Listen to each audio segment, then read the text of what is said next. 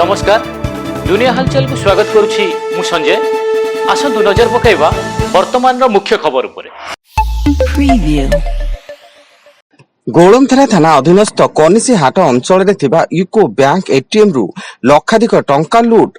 दुर्बृत्त माने ATM machine को gas cutter साहाय्य काटी 5,73,300 टंका लुटि नहीं चंपट मारिथिया बेले लुट बेलर दृश्य सीसीटीवी रे कैद होईछि एवं घटनास्थल रे गोलमथरा थाना पुलिस रो छानबीन जारी। कोलकाता डाक्तर को दुष्कर्म और हत्या मामला को नहीं federation of all India medical association आज देशव्यापी समस्त मेडिकल रे ओपीडी सेवा बंद रखा डाकरा देइछि एवं घटनार निरपेक्ष तदंत दाबी सह दोषी विरोध रे दृढ़ कार्यानुष्ठान दाबी करिछि।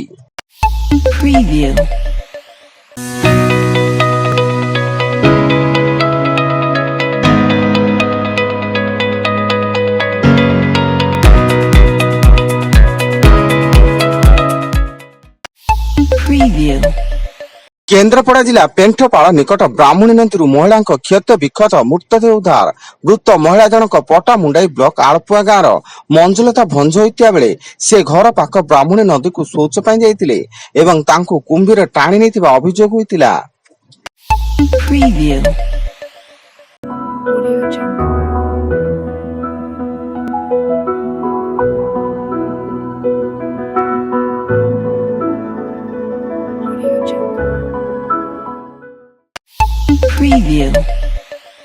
शिमिलीपाड़ अभयारण्य बाघ्य दक्षिण वन्यप्राणी खंड अंतर्गत पिठाबटा वन कर्मचारी चढ़ऊ बेले 3 जन शिकारी गिरफ एवं सेमानक घर तलाशी बेले 2टी बंदूक गेंडालिया पक्षी 2टी थंट पर नख और शिकार रे व्यवहृत विस्फोरक सामग्री आदि जबत होईछि।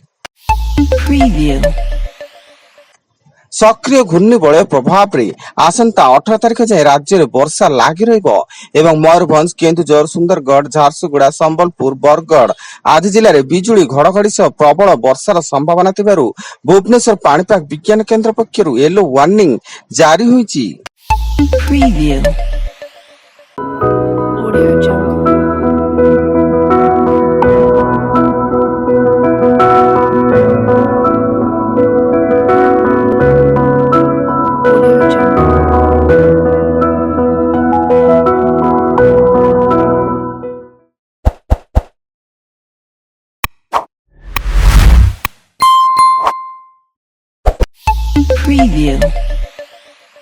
मालकानगिरी सीमांत छत्तीसगढ़ सुकमा जिला पुलिस गदिरास थाना अंचल चढ़ऊ बेले दुर्दांत महिला नक्सल माड़ देवा गिरफ एवं घटनास्थल टिफिन बोमा 10 मीटर विद्युत तार 2 मीटर कोडेक्स तार टर्च बैटरी सह अन्य सामग्री जबत होता बेले छत्तीसगढ़ सरकार माड़ बिना 5 लाख टंकार पुरस्कार राशि घोषणा करथिले।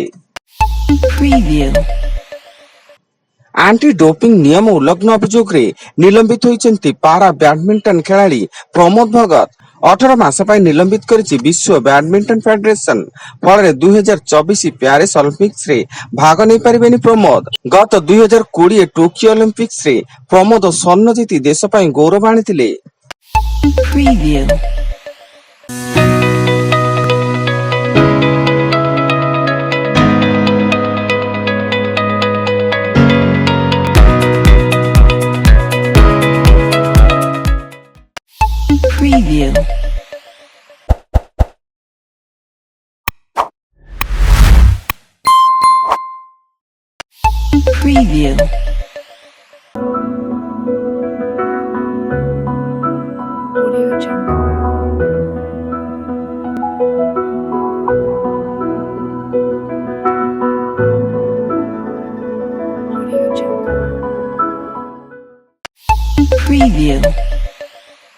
जाजपुर जिला कोरई थाना अधीन राउतपड़ा ग्राम में पारिवारिक कलह को नहीं विष पीले वृद्ध दंपति। विष पी स्त्री मृत्युवरण करथिया बेले स्वामी गुरुतर अवस्था मेडिकल रे भर्ती। खबर पाई पुलिस घटनास्थल रे पहुंची तदंत आरंभ करिछि।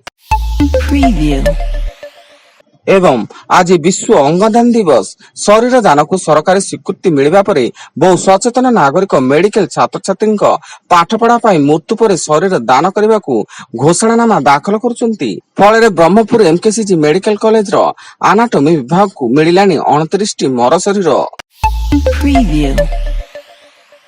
वर्तमान अधिक न्यूज अपडेट्स पाई विजिट करंतु आम वेबसाइट www.duniyahalchal.in। धन्यवाद।